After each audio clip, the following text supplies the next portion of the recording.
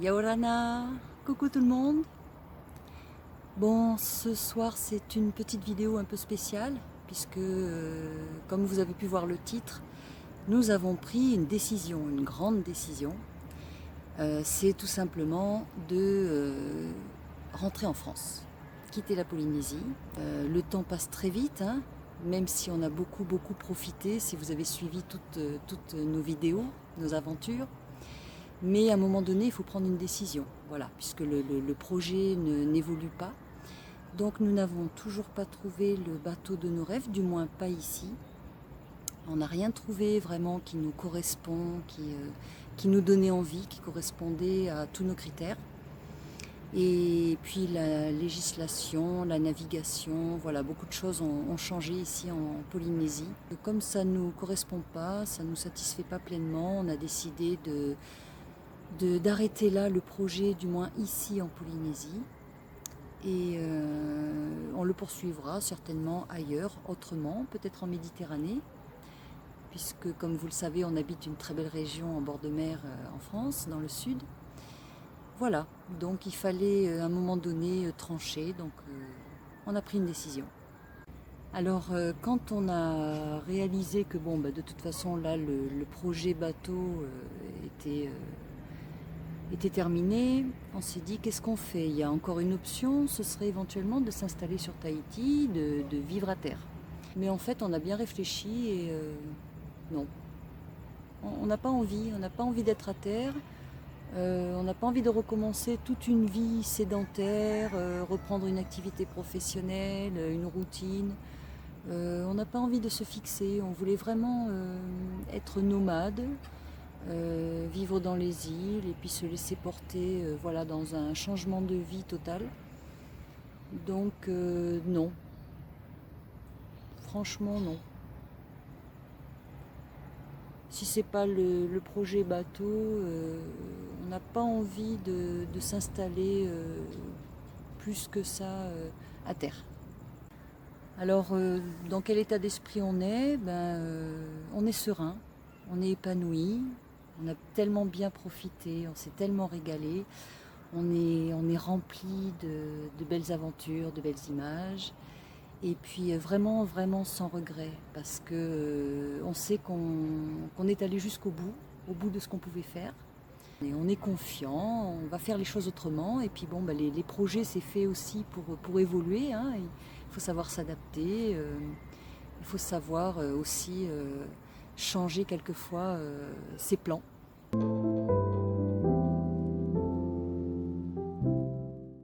Au moment où je vous parle, là, je peux vous montrer, il y a un superbe coucher de soleil. Voilà, je vous montre un petit peu la vue de là où je suis, avec un magnifique coucher de soleil sur Moorea.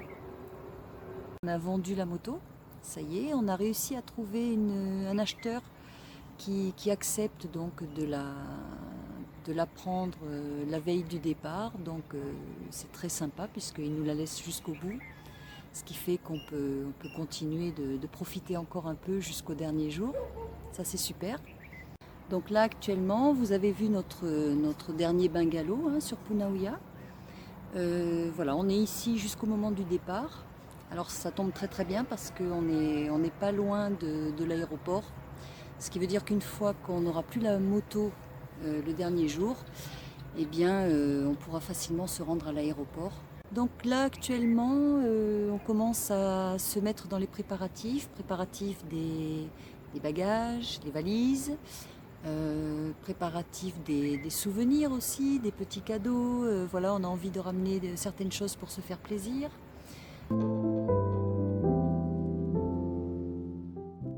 Ce qui a été vraiment formidable dans cette aventure, c'est qu'on a fait aussi énormément de belles rencontres. Voilà, on a vraiment eu le temps de rencontrer des gens, d'apprendre à les connaître, d'échanger, de créer des liens d'amitié même, des liens qu'on va garder en rentrant en France. Et puis vraiment ça c'est quelque chose qu'on n'aurait pas pu faire si on était resté très peu de temps. Le fait d'avoir beaucoup bougé, d'avoir beaucoup changé de location tous les mois, d'Airbnb, eh bien, ça nous a permis aussi vraiment de profiter d'ambiances complètement différentes sur l'île. Sur Tahiti, ça nous a permis d'être tantôt plutôt vers la côte est, la côte ouest, plutôt vers près de Papeete, Aroué, Pirée. Vraiment, c'était une très bonne expérience en fait pour éviter la routine d'une part, et puis pour rester vraiment toujours dans la découverte, dans du nouveau, ne pas prendre trop d'habitude et puis rester toujours en alerte au niveau de la curiosité, des surprises. Donc concrètement, honnêtement, si c'était à refaire, je crois qu'on le referait exactement de la même façon. D'ailleurs, on s'interdit même pas l'idée de revenir, hein. Mais à ce moment-là, ce sera peut-être pas pour le même projet. Mais je pense quand même que si on a envie de revenir, on le fera de la même façon. Airbnb, un clic, une moto, et on est heureux.